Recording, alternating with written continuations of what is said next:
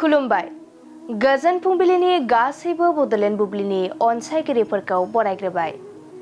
दिनै 29 जुलाइ समबारनि फानजामुथिखौ फरायथिनो लादों आं उदांस्रि मोसाहारिया।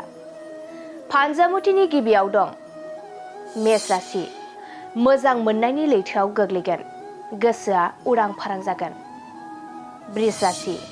माबा मोनसे गोरोन्थि हाबा मावफ्लांगोन, गिदिर साजा मोननांनो गोसोआव गिखांनाय फैगोन।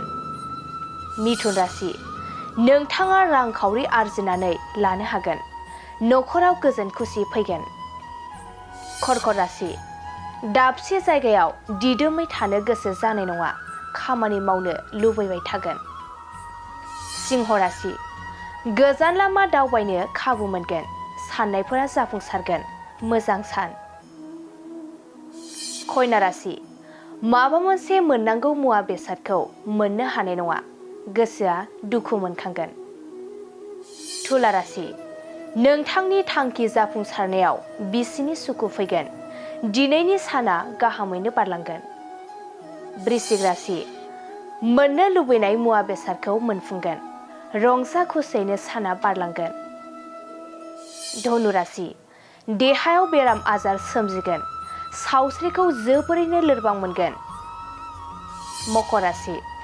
गोसोनि साननाय हनायफोरा फेलें थांनो हागौ, असान्थियैनो साना बारलांनो हागौ। कुम्भ राशि।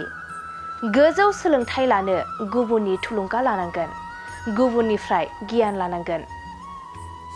मीन राशि। माबा मोनसे बाथ्राखौ लानानै जिंगा सिनांनो हागौ, गोसोआ थाथेरनो हायै जागोन। दिनै सानसेनि राशि फरायथिनायाबो एसेनोसै।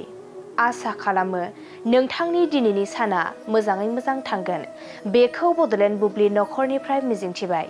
गोजोन्थों।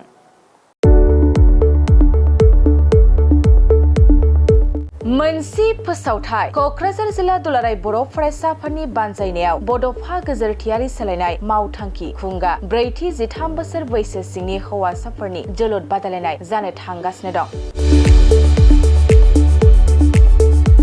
थारैनो दुलाराय बर' फरायसा आफादा बर' हारिखौ फारफ्रोमबो बिथिङाव जौगाहोनो थाखाय थाद'नाय गैयै हाबा मावबोगासिनो दं।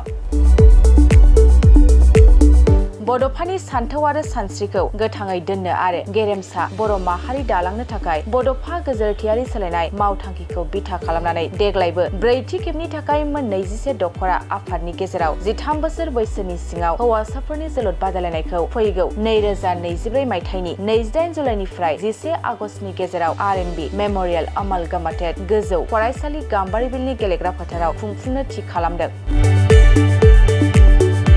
बेनिखायनो गेलेमु बिथिंखौ आगानसे दावगाहोनायनि मिजिं लानानै खुंनाय हाबाफारिखौ फैगौ 28 जुलाइ खालि बेखेवनाय हाबाफारियाव जोलुर मोजां मोनग्रा नोंथांमोनखौ लैहोर लैहोर फैनानै थुलुंगा होफैनो थाखाय कक्राझार जिल्ला दुलाराय बर' फरायसा आफादनिफ्राय गुरै हांख्रायहरदों।